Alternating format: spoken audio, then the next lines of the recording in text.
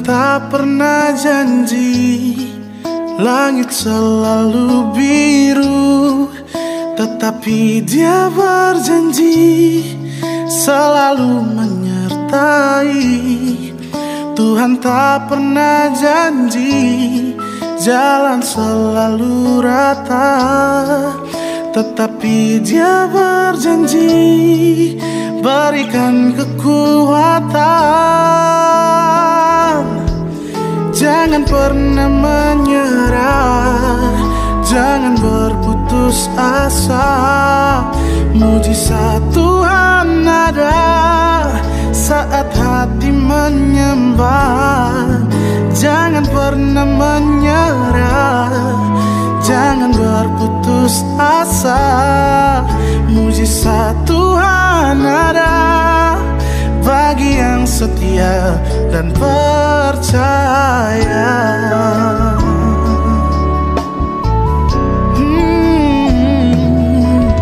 Tuhan tak pernah janji langit selalu biru, tetapi Dia berjanji selalu menyertai.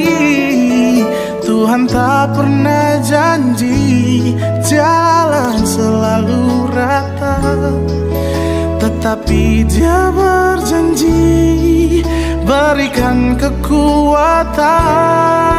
Oh, jangan pernah menyerah, jangan berputus asa.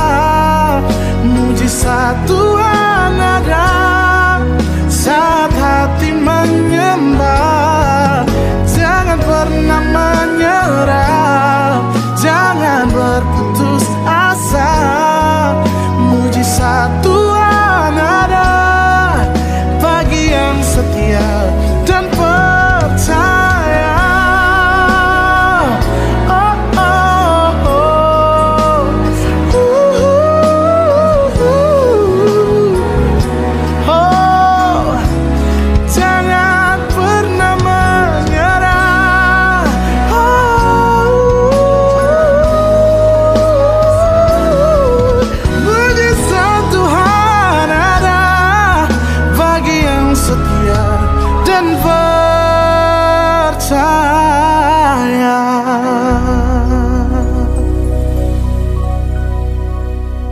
Shalom adik-adik, senang sekali Kak Charles bisa bersama dengan kalian pada pagi hari ini. Kak Charles berharap kalian selalu dalam keadaan sehat dan terus semangat untuk beribadah kepada Tuhan. Dan sekarang tiba saatnya kita akan mendengarkan firman Tuhan.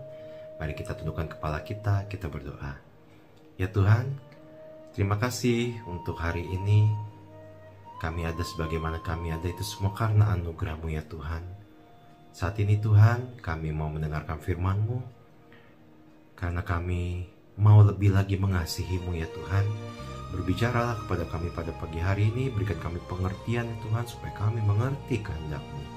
Terima kasih Tuhan, di dalam nama Tuhan Yesus kami telah berdoa dan mengucap syukur. Haleluya, amin. Nah adik-adik, tema renungan Kak Charles pada pagi hari ini adalah Yesus pokok anggur yang benar. Yesus pokok anggur yang benar. Mari kita baca firman Tuhan yang diambil di Yohanes 15 ayat 1 sampai 8. Yohanes 15 ayat 1 sampai 8. Demikianlah firman Tuhan. Pokok anggur yang benar.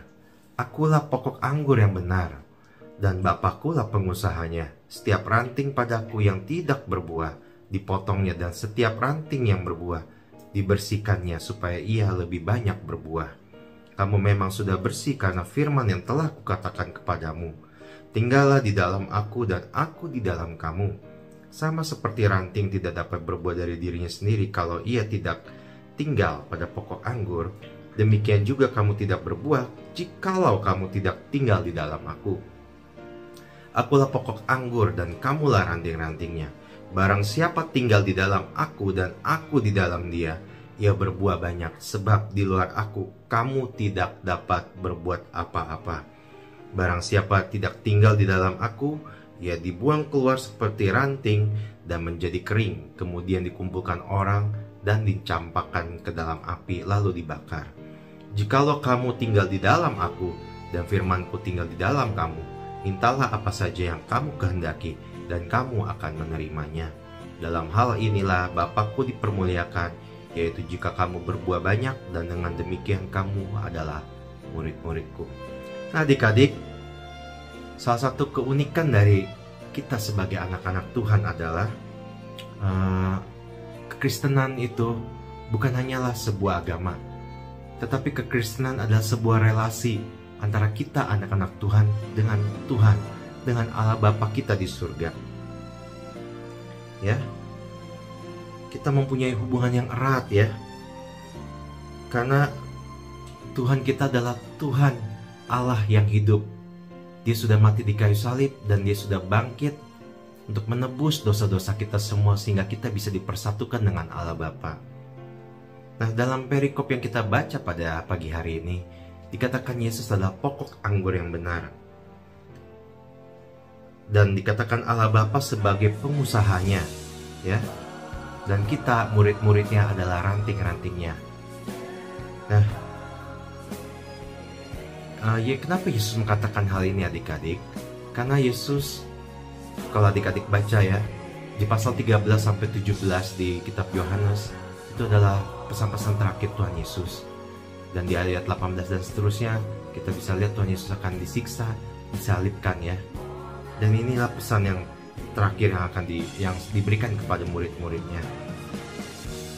Nah, Yesus mau tekankan walaupun dia tidak akan bersama-sama lagi dengan para muridnya, Tuhan Yesus meneguhkan, menguatkan mereka supaya tidak khawatir, supaya murid-muridnya tetap berada di dalam dia. Murid-muridnya sebagai ranting-ranting yang tetap berada di dalam Yesus sebagai pokok anggurnya, ya. Nah, dikatakan juga Allah Bapa adalah pengusaha atau pemilik dari pohon anggur itu. Ya, kalau biasanya kita cuma mengingat Yesusnya ya sebagai pokok anggur, dan kita murid-murid Tuhan, anak-anak Tuhan adalah ranting-rantingnya adik-adik. Nah, apakah peran Bapa sebagai pemilik pohon anggur itu? Dikatakan bagi ranting-ranting yang tidak berbuah akan dipotong ya. Ya. Lalu ranting itu dibuang, dikumpulkan orang dan dibakar. Nah, kalau rantingnya berbuah, maka Bapa akan membersihkannya ya, supaya ia lebih banyak berbuah lagi adik-adik. Ya. Nah, kenapa Yesus mengibaratkan diri sebagai pokok anggur yang benar adik-adik? Karena Tuhan Yesus adalah sumber kehidupan bagi para murid-muridnya, bagi kita semua anak-anak Tuhan ya. Tuhan Yesus katakan kita tidak dapat berbuat apa-apa di luar Tuhan Yesus. Ya. Tetapi kalau kita bersatu dengan Dia, kita tinggal diam di dalam Dia, dan Yesus di dalam kita, maka kita akan bisa berbuat banyak. Kita bisa berbuah yang banyak ya adik-adik. Nah, melalui Yohanes 15 ayat 1-8 tadi, apa saja yang bisa kita pelajari adik-adik? Kak Charles ingin membagikan ya, ada 3 hal yang bisa kita pelajari. Bahwa ini adalah sebuah perintah dari Tuhan Yesus untuk kita tetap tinggal di dalam Dia dan Dia di dalam kita. Sama seperti ranting tidak dapat berbuah dari dirinya sendiri kalau ia tidak tinggal di pokok anggur. Demikian juga kita tidak akan bisa berbuah adik-adik kalau kita tidak tinggal di dalam Dia. Nah, dikatakan di dalam ayat 3, kamu memang sudah bersih karena firman yang telah kukatakan kepadamu. Kata bersih di sini dikatakan kepada murid-murid ya adik-adik, bukan berarti kotor ya, tetapi sudah murni ya. Kita sebagai anak-anak Tuhan, sebagai murid Yesus yang sudah mempelajari dan mendalami firman Tuhan, kita akan dimurnikan, disucikan ya. Kita akan menjadi orang Kristen yang setia. Kita memberi diri kita dibaptis, kita rajin membaca Alkitab, kita rajin berdoa, kita rajin pergi ke gereja, dan juga kita rajin melayani Tuhan. Ya. Ini semua baik ya adik-adik. Nah, tetapi ingat, Tuhan Yesus kita rindu untuk kita selalu bersekutu dengan Dia. Ya. Makanya ini perintah Tuhan Yesus pada murid-muridnya untuk selalu tinggal di dalam Aku, dan aku di dalam kamu.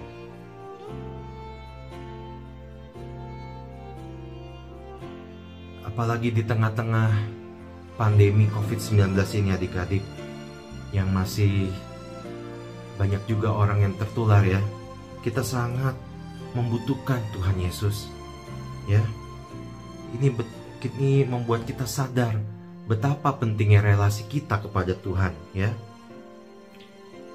Kita sebagai manusia tidak dapat hidup sendiri. Kita membutuhkan sesama. Kita membutuhkan orang lain ya untuk menolong kita gitu. Tetapi yang terlebih, kita membutuhkan Tuhan Yesus sebagai sumber kehidupan kita untuk menghadapi situasi yang sulit ini. Ketika kita berjalan di dalam lembah kekelaman, penting untuk kita tetap tinggal di dalam Tuhan Yesus dan Dia tinggal di dalam kita, agar kita dapat menghadapi tantangan apapun di depan kita ya. Nah adik-adik, yang kedua ini kita bisa belajar bahwa inilah suatu janji dari Tuhan Yesus. Ada dua janji yang Yesus katakan kalau kita tinggal di dalam Dia.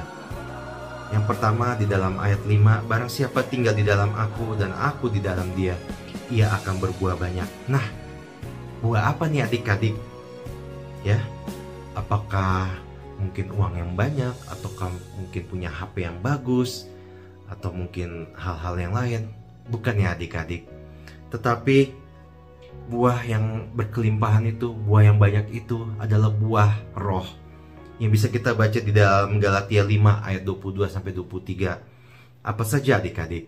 Yaitu kasih, sukacita, damai sejahtera, kesabaran, kemurahan, kebaikan, kesetiaan, kelemah lembutan, dan penguasaan diri. Dengan pertolongan Roh Kudus yang dijanjikan Tuhan Yesus kepada murid-muridnya dan juga kepada kita semua ya, maka kita akan menghasilkan buah yang berlimpah-limpah.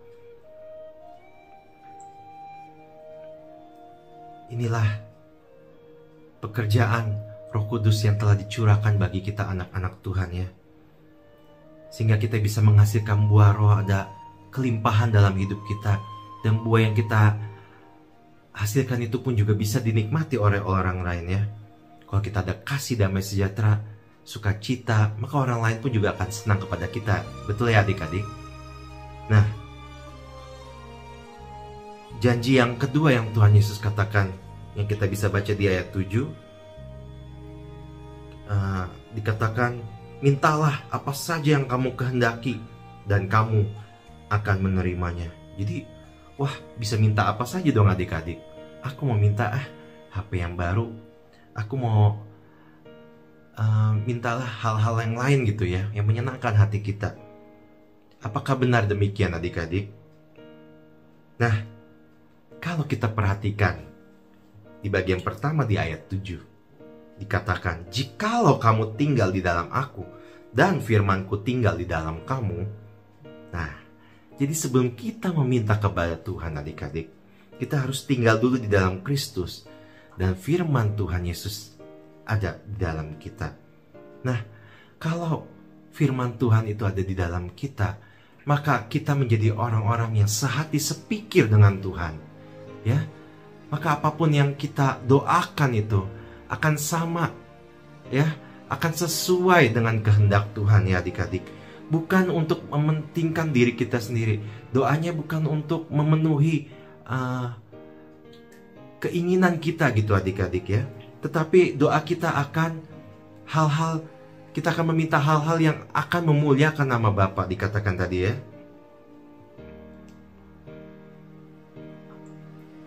Kalau kita tinggal di dalam Kristus dan Dia di dalam kita, maka hati dan keinginan kita juga akan diarahkan kepada Tuhan, kepada kebenaran, dan memuliakan nama Tuhan.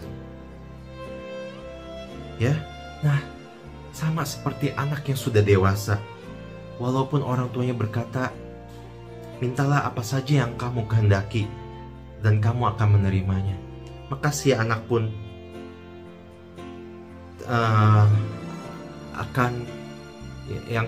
maka si anak yang sudah dewasa, dia akan meminta sesuatu yang bukan keinginan dirinya pribadi ya, tetapi dia akan meminta sesuatu yang menyenangkan hati orang tuanya juga, ya. Nah, adik-adik, yang ketiga, Yesus juga memberikan suatu peringatan kepada kita. Kalau kita baca di ayat 2, adik-adik, ternyata tidak semua ranting itu bisa berbuah ya. Ada juga ranting yang tidak berbuah. Ya, kita baca tadi ada ranting yang berbuah dan ada ranting yang tidak berbuah. Nah, Yesus memberikan peringatan kepada kita semua untuk ranting yang tidak berbuah. Ranting-ranting itu akan dipotong, dibuang. Ya. Karena ranting-ranting itu tidak tinggal di dalam Yesus. Menjadi kering, dikumpulkan, dicampakkan lalu dibakar. Nah, penting sekali adik-adik kita menyadari ya, betapa pentingnya untuk kita tetap tinggal di dalam Tuhan Yesus. Ya. Kita sebagai murid Yesus, kita tinggal di dalam Dia untuk kita bisa menghasilkan buah dalam hidup kita, supaya hidup kita menjadi lebih berarti lagi ya. Karena Yesus sudah memberikan peringatan kalau tidak berbuah akan dipotong ya. Ya. Nah, kalau kita berbuah adik-adik, kita ranting yang tetap berada dalam Tuhan Yesus, dikatakan di sini akan dibersihkan. Di dalam bahasa Inggrisnya di pruning ya, dipangkas gitu. Nah, kenapa harus dipangkas, harus dibersihkan adik-adik? Supaya kita lebih banyak lagi berbuah.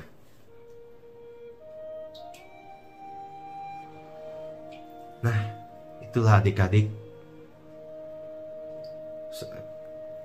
kita sudah belajar pada pagi hari ini ya, Yesus sebagai pokok anggur yang benar, dan kita sebagai ranting-rantingnya. Kita harus tinggal di dalam Dia ya, supaya kita bisa berbuah, supaya kita tidak menjadi ranting yang tidak berbuah, yang lalu dibuang dan dicampakkan dan dibakar. Ya, kita sebagai murid-murid Tuhan, kita harus tinggal di dalam Dia, dan Dia di dalam kita. Kita, firman-Nya juga ada di dalam diri kita. Kita mentaati segala perintah-perintahnya. Ya adik-adik, marilah kita menjadi murid-murid Tuhan Yesus yang setia, yang tetap tinggal di dalam Dia. Maka kita akan menghasilkan buah, kita akan menjadi orang yang berbahagia, kita akan menjadi orang yang diberkati, dan kita juga akan menjadi orang yang menjadi berkat bagi orang lain. Ya, amin untuk firman Tuhan.